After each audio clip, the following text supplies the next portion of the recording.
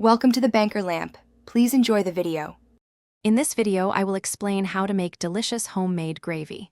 First, gather your ingredients: pan drippings, a fat like butter, all-purpose flour, and a flavorful liquid such as chicken or beef broth.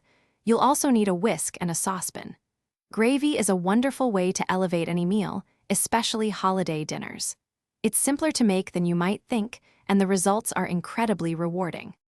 The secret to a smooth, rich gravy is a well-made roux. Start by melting your chosen fat, often butter or the rendered fat from your roast, in a saucepan. Then, whisk in an equal amount of all-purpose flour. Cook this mixture over medium heat for about 1 to 2 minutes, stirring constantly. This process cooks out the raw flour taste and creates a stable base for your gravy. Now it's time to add your liquid. Slowly pour in your broth or milk, whisking continuously to prevent any lumps from forming. This gradual addition helps create a silky smooth texture. Once all the liquid is incorporated, bring the gravy to a gentle simmer.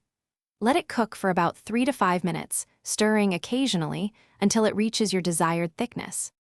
The final step is to taste and adjust your seasoning. Add salt, freshly ground black pepper, and any herbs you like. If your gravy is too thick, simply whisk in a little more liquid until it reaches the perfect consistency. If it's too thin, let it simmer a bit longer. Serve your delicious, homemade gravy warm over roasted meats, mashed potatoes, or anything that needs a boost of flavor. Thanks for watching. If this was helpful, leave a like and consider subscribing. See you next time.